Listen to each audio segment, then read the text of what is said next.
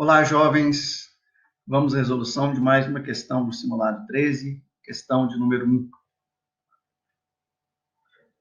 A questão informa sobre um circuito onde são disputadas corridas de automóveis e ele é composto por trechos retilíneos e dois trechos em forma de semicírculo. Os trechos laterais são semicírculos. Um automóvel está percorrendo o circuito no sentido anti-horário, com velocidade de módulo constante. E aí, quando ele passa pelo ponto P, ele quer saber para onde aponta a força resultante que atua sobre o automóvel. No ponto P, ele ainda está na curva. Se a gente representar aproximadamente ali com uma circunferência aquela curva que ele está fazendo, a gente percebe que o centro dessa curva está aproximadamente ali próximo do ponto M. E as forças que atuam sobre o automóvel são o seu peso do automóvel, que seria uma força representada no automóvel, vertical para baixo. Aqui nós estamos vendo o circuito visto do alto. Então, o automóvel no ponto P tem o peso vertical para baixo, representado por essa bolinha com um xizinho, como se fosse o fundo de uma flecha, a parte final da flecha, como se a flecha estivesse entrando no plano, indicando um vetor entrando no plano, perpendicular ao plano, entrando nele.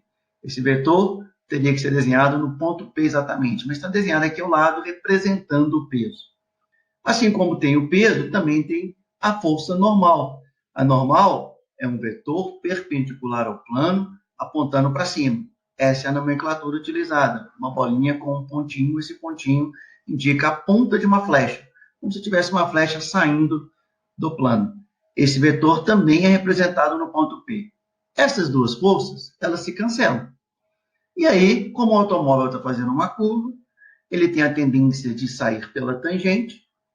Então, no referencial da curva, ele empurra a curva, o piso da curva para fora. O piso da curva empurra para dentro. É uma força de atrito estático, uma força de atrito quando não tem deslizamento, e aponta para o centro da curva. O centro dessa curva é aproximadamente próximo ao ponto M.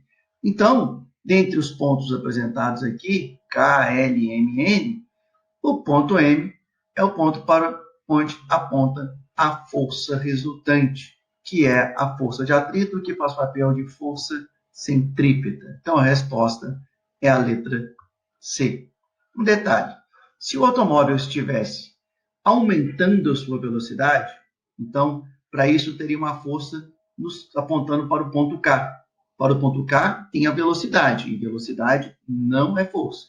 Mas se ele estivesse aumentando a velocidade, então teria uma força apontando para cá, e aí a soma dessa força que aponta para cá, mais a força de atrito, seria uma força que aponta para o ponto L.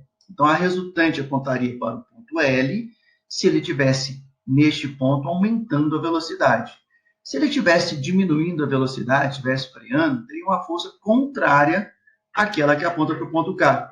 E aí a soma dessas duas, com a força de atrito, daria uma força para trás, por um ponto onde está aqui o cursor laser, que não tem nada desenhado. Mas está aí alguns detalhes da questão. Ok, jovens? Um abraço.